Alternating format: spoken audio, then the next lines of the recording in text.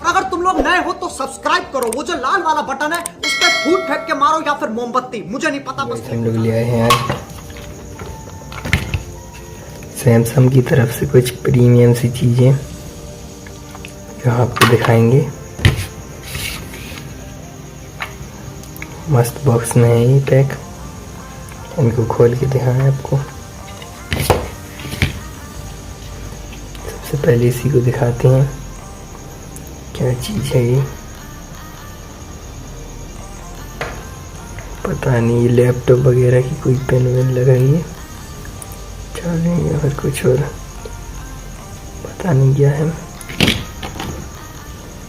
ये दो और हैं, जैसे आप चपटी वाली चार्ज कर सकते हो कोई भी चीज़, यहाँ से उसको सॉकेट देके, और ये गोल वाली पेन।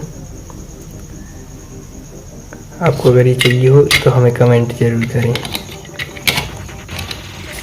मजबूरी यही खत्म करते हैं। अगर तुम्हें वीडियो पसंद आई तो लाइक मारो यार, मुझे नहीं पता मुझे 2 मिलियन लाइक कैसे मुझे चाहिए, इतना झिला मैं कभी नहीं होगा।